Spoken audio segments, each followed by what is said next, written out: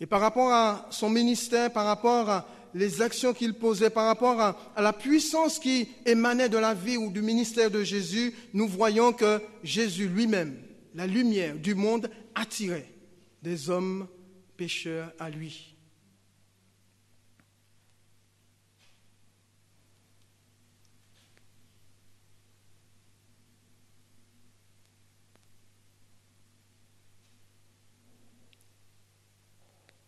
Un homme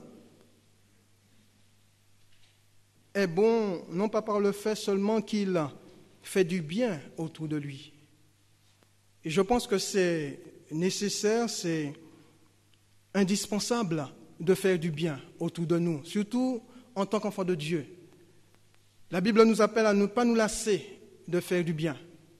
Même si nous sommes quelquefois déçus par des hommes, par nos semblables, et bien souvent, quelquefois, par des frères et des sœurs. Mais la Bible nous appelle, la Bible nous invite à ne pas nous lasser à faire du bien. Comme Jésus ne se lassait pas à faire du bien autour de lui lorsqu'il marchait sur cette terre.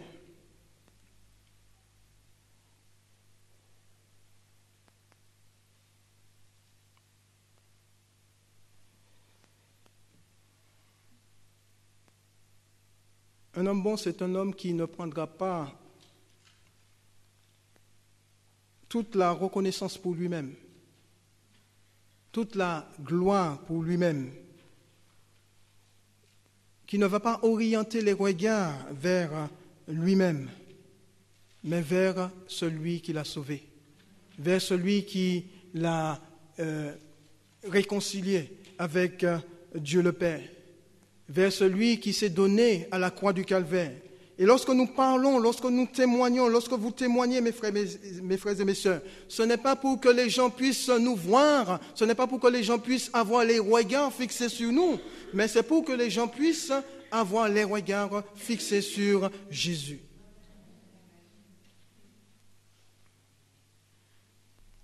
Que notre témoignage, que nos paroles, que nos actions puissent attirer les hommes vers Jésus, celui qui s'est donné, celui qui a été crucifié, mais celui qui est aussi ressuscité.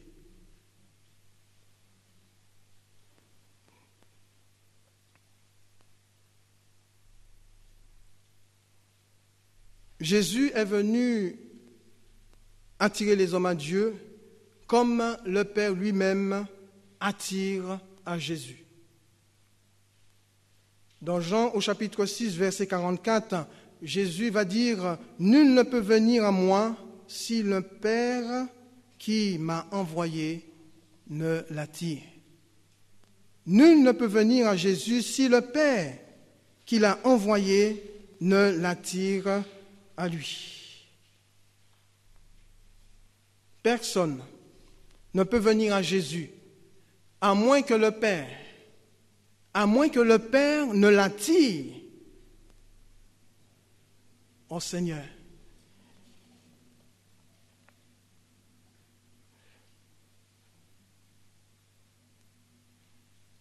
dans le monde, on dit que l'argent attire l'argent. Bon, je ne sais pas si c'est vrai. Ça ne m'intéresse pas de trop. On dit que on se rend compte que tout ce qui est de même nature sont attirés l'un vers l'autre.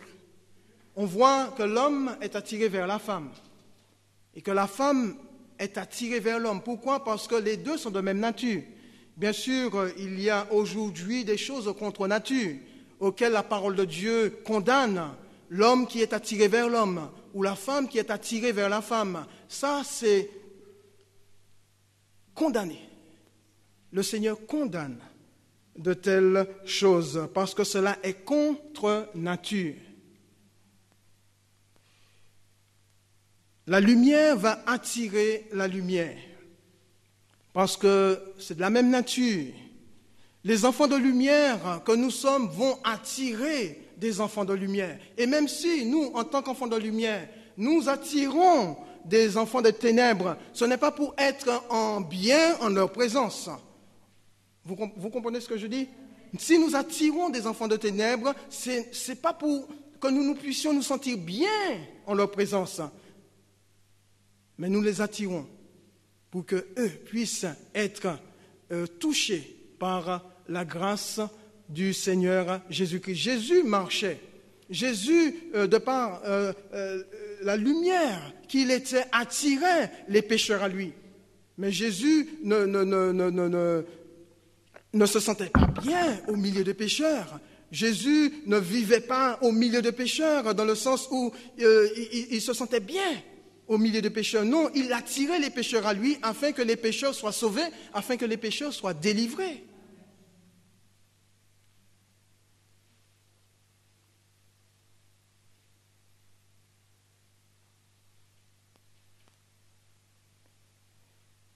Et Jésus attirait comment?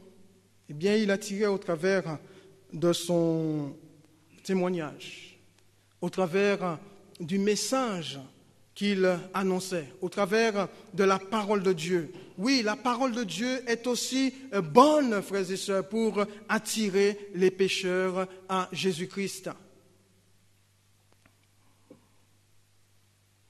Et le message que Jésus délivrait, c'était un message qui pouvait attirer l'homme pécheur, qui pouvait éclairer l'homme pécheur, qui pouvait séparer l'homme pécheur et attirer cet homme pécheur à Dieu son Père. Et aujourd'hui, nous avons cette bonne parole entre nos mains, cette bonne parole que nous lisons constamment, cette bonne parole qui est prêchée jour après jour. Est-ce que nous pouvons déclarer ce soir que la parole de Dieu est bonne pour nous? Est-ce que mon frère ce soir, ma soeur, tu peux déclarer que la parole de Dieu est bonne pour moi? Est bonne, est un aliment excellent que mon âme chérit, que mon âme recherche, que je désire plus que toute autre chose.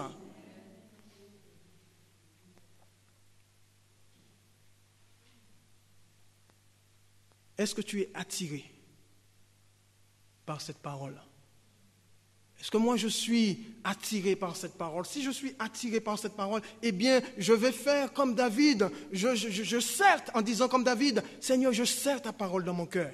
Je serre ta parole dans mon cœur afin de ne pas pécher contre toi. Parce qu'elle est tellement précieuse à mon âme, à ma vie. Parce que c'est elle qui va me garder. C'est elle qui va me conduire. C'est elle qui va m'aider à grandir. C'est elle qui va me renouveler, Seigneur. Et je la serre dans mon cœur parce que je l'aime, parce que je sais que c'est la parole de Dieu, parce que c'est la bonne parole de Dieu. C'est cette parole que Jésus a annoncée, c'est cette parole que Jésus a prêchée, c'est cette parole que les disciples, les apôtres ont annoncée. Et c'est cette parole que je veux garder proche de mon cœur, parce que cette parole me révèle celui qui est la lumière du monde et lumière aussi de ma vie. Amen. Dans Josué, au chapitre 21, verset 45, il est dit que toutes les bonnes paroles que Dieu avait dites à Israël, aucune ne resta sans effet. Vous avez remarqué que il est dit que toutes les bonnes paroles, parce que tout ce que Dieu dit est bon, quelles que soient les paroles que le Seigneur va prononcer, ces paroles-là sont bonnes, même si ce sont des paroles qui vont qui vont nous faire quelque part un peu mal, parce que le Seigneur va nous reprendre. Parce que le Seigneur va nous montrer quelque chose qui ne va pas dans nos vies. Parce que le Seigneur va nous dire, mais là, tu as fait quelque chose de mal. Il faudrait peut-être que tu demandes pardon. Même si c'est de telles paroles que Dieu nous adresse, c'est pour notre bien. Et nous pouvons déclarer que ce sont des bonnes paroles qui viennent de la part de notre Dieu. Et tout ce qui vient de la part de notre Dieu est bon. Amen. Donc il nous a dit que toutes les bonnes paroles que Dieu avait dites à Israël, aucune ne resta sans effet. Et nous savons que ces bonnes paroles que Dieu avait prononcées sur son peuple, ce sont les promesses que Dieu lui avait faites, que Dieu avait faites à Abraham, à Isaac et à Jacob, en leur disant qu'il leur donnerait ce pays en héritage. Et vous savez très bien que ce peuple a vécu des siècles en esclavage, et au temps marqué par Dieu, Dieu a suscité un libérateur qui les a conduits dans ce beau pays.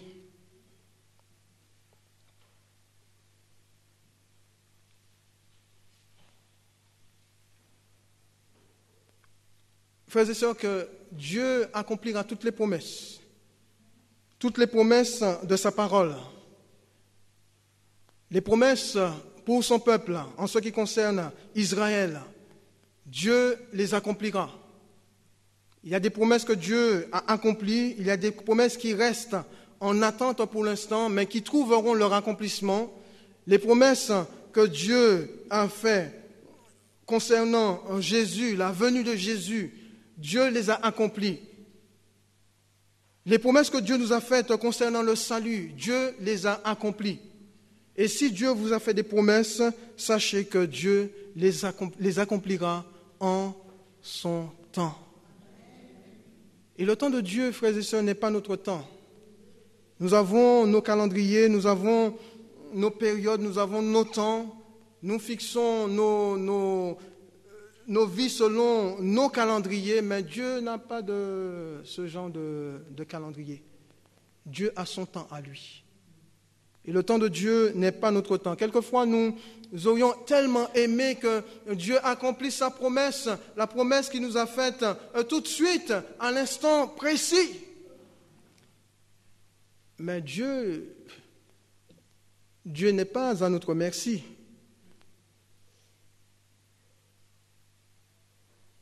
Dieu accomplit sa promesse pour ta vie, mon frère, ou ses promesses pour ta vie, mon frère, ou pour ta vie, ma soeur, en son temps. Il faut que tu sois patient. Attendre le temps de Dieu. Et savoir, quelquefois, ça peut prendre des mois ou même des années. Mais sachez une chose, si Dieu a promis, ce que Dieu a promis, certainement, il l'accomplira. Parce qu'il est Dieu et qu'il n'est pas un homme pour mentir. Je me souviens, Dieu, tout au début de notre mariage, Dieu nous avait fait une promesse, enfin à moi, en nous disant qu'il allait nous donner une fille. Nous avons eu en premier un garçon et même que le médecin croyait que c'était une fille, et nous croyions que c'était une fille, on avait déjà préparé un nom.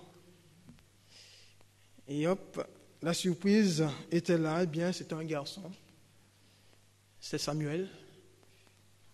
Deuxième surprise, encore un garçon. J'ai dit, oupa, Seigneur, qu'est-ce qui se passe? Tu m'as promis une fille.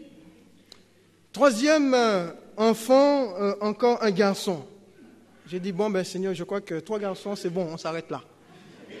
On s'arrête là, quoi. Bon, avec l'époque que nous vivons, 3 enfants, c'est déjà beaucoup. Hein.